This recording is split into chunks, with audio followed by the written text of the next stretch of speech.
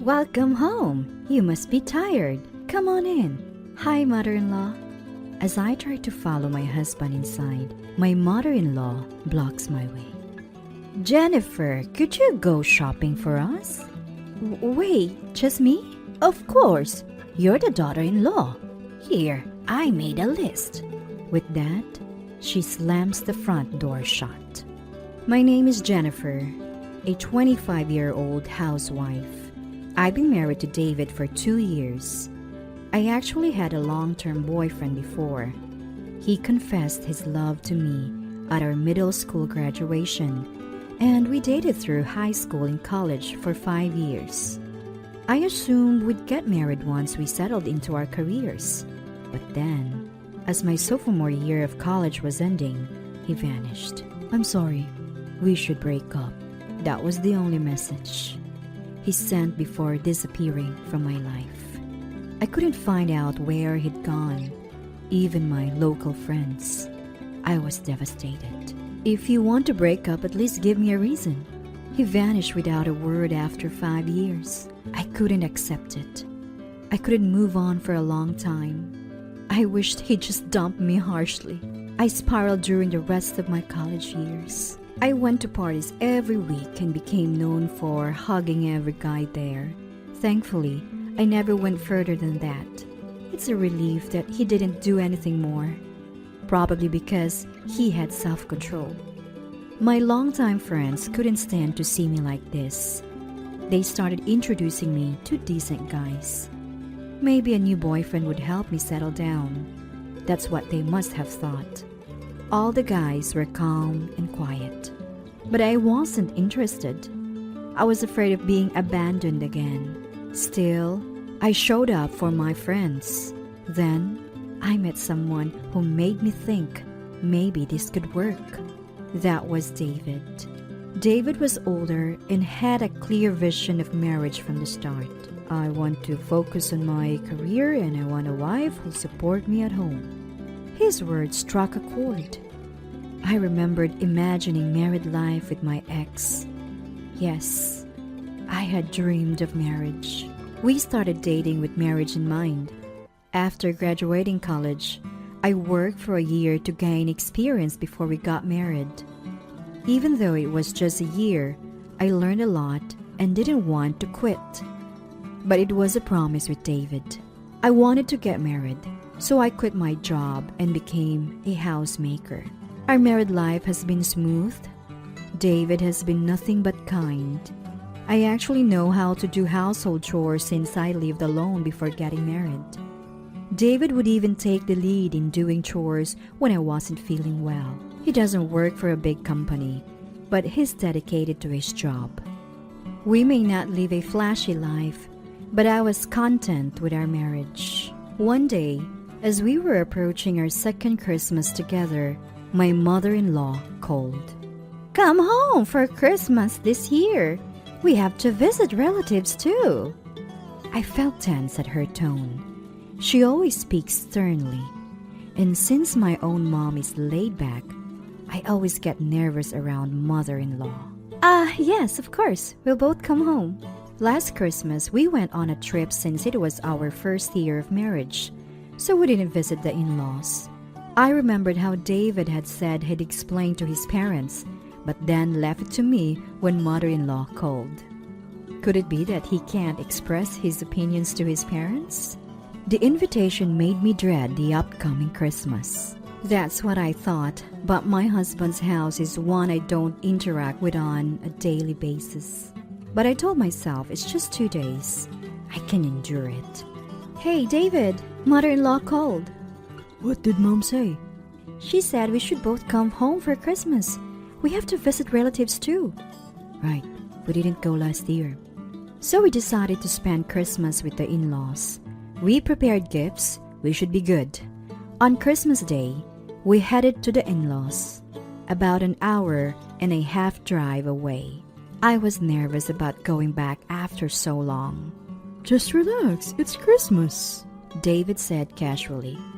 As we got out of the car, someone called out to us. David! Rushing over and wrapping her arm around David was his cousin Emma. Oh, Emma! David shook off her arm, looking annoyed. Emma is a year older than David. The first time we met, she spoke to him while wrapping her arm around him, which surprised me. I thought she liked David and saw me as a rival, but the truth was the opposite. Emma had teased David since they were kids. Even as adults, she still teases him like this. That's why David isn't fond of Emma.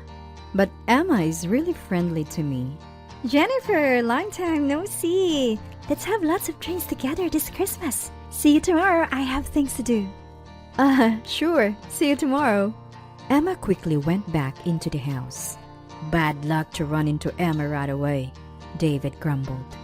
The entrance to his parents' house is in the opposite direction from the relatives' entrance. Complaining, David started walking toward his family's house. Thanks to Emma, I'd forgotten my nervousness.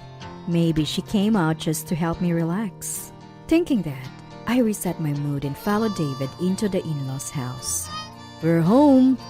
As my husband opens the front door, mother-in-law rushes over. Welcome back! You must be tired. Come on in. Hello, mother-in-law. As I try to follow my husband inside, mother-in-law blocks my way. Jennifer, could you go shopping for us? Wait, just me? Of course. You're the daughter-in-law. Here's the list. With that, she slams the front door shut. The shopping list she handed me was ridiculously long. Olive oil, vinegar, baguettes, drinks, fruits. Clearly heavy stuff. Plus, it included expensive items like steak and lobster. I've only been to the in-laws a few times, and I have no idea about the area. That's a considerable amount, isn't it? How am I supposed to carry all this by myself? And what about the money? It's absurd to expect me to pay for all this. And my husband, who must have heard the conversation, doesn't come out. Hey, David, this is your cue. I stood dumbfounded outside, waiting for him to appear. After a while, I heard laughter from inside the house. I get it. I'm being ignored. I refuse to be treated like a housekeeper on Christmas. Fed up with mother-in-law's blatant harassment and my husband's indifference, I angrily drove back home. I bought food and drinks for a relaxing Christmas. After chugging a beer, I noticed an unfamiliar sound. It was coming from my husband's belongings. I got mad at my mother-in-law and went home with my husband's luggage in the car. I had brought his stuff home, including his phone. It kept ringing, so I got curious.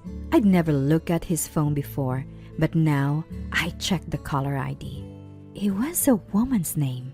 As I froze, the call ended and a message came in. Contains a series of short sentences. Therefore, messages can be read just by looking at the mobile phone screen. David, when are you coming back from the in-laws? I'm jealous here with your wife. I'm holding off on seeing you for Christmas, but come see me as soon as you get back. What's this? Apparently my husband was cheating. In that moment, my feelings for him cooled. I thought mother-in-law's harassment was a minor issue since we rarely met. But if my husband was cheating, that's a different story. There's no point in enduring a marriage like this. I immediately tried to unlock his phone. The password was unbelievably my birthday. Using my birthday to lock a phone he uses to text his mistress? Seriously? I collected evidence of his affair. No need for a private investigator. His phone had enough proof. The exchange of messages and photo folders were more than enough evidence. Now, what should I do? I sent a message to his mistress from his phone. My wife went back to her parents' house after a fight so we can spend Christmas together. Come over. She replied immediately. I sent her my address and waited. She said she'd be there in about an hour. Then 30 minutes later, the doorbell rang. That's quick. I opened the door to find my husband, father-in-law and mother-in-law standing there. "Oh, you're back." Mother-in-law and my husband look downcast. "What happened to you two?" Let us in for now. My husband, father-in-law and mother-in-law came into the room when I heard that voice. The voice wasn't father-in-law's. Who could it be? I look at the entrance and see Emma standing there, and next to Emma is grandmother-in-law, mother-in-law's own mother-in-law. I'm stunned by grandmother-in-law's appearance. Why are you? Come on, David, and Ansu too. Jennifer, sorry for ignoring you earlier. Jennifer, sorry for making you feel harassed. Upon closer inspection, both of them look quite pale because grandmother-in-law is staring at him. They've been scolded by grandmother-in-law, who hates wrongdoing and bullying. She's intimidating because she's blunt, but you can tell she's loving when you talk to her. I've always liked grandmother-in-law for that reason. Apparently, Emma had confronted my husband because our car hadn't returned to the parking lot. My husband had been lounging at home, not even realizing I was gone until Emma asked. Furious, Emma questioned him, and he blamed mother-in-law. That's how the shopping incident came to light. Grandmother-in-law had heard about it and had been scolding them. Father-in-law, who had been out cleaning the neighborhood, was also shocked when he heard the story later. I had turned off my phone, so they couldn't reach me. They had rushed home to find me. As we were talking, the doorbell rang. The person ringing was, of course, her. Emma, could you get the door? From the entrance, I heard a, "What? Come in, you?" "Stop, no." I hear voices arguing. My husband looks pale, realizing who has arrived. Now the climax begins. I had a hard time holding back my laughter. The woman my husband thought he had invited tried to flee, but was caught by Emma and dragged into the room. Everyone was stunned when they saw her. I was too, because she was dressed like a maid, complete with a frilly headpiece and a fluttering mini skirt. So my husband was involved with someone like this?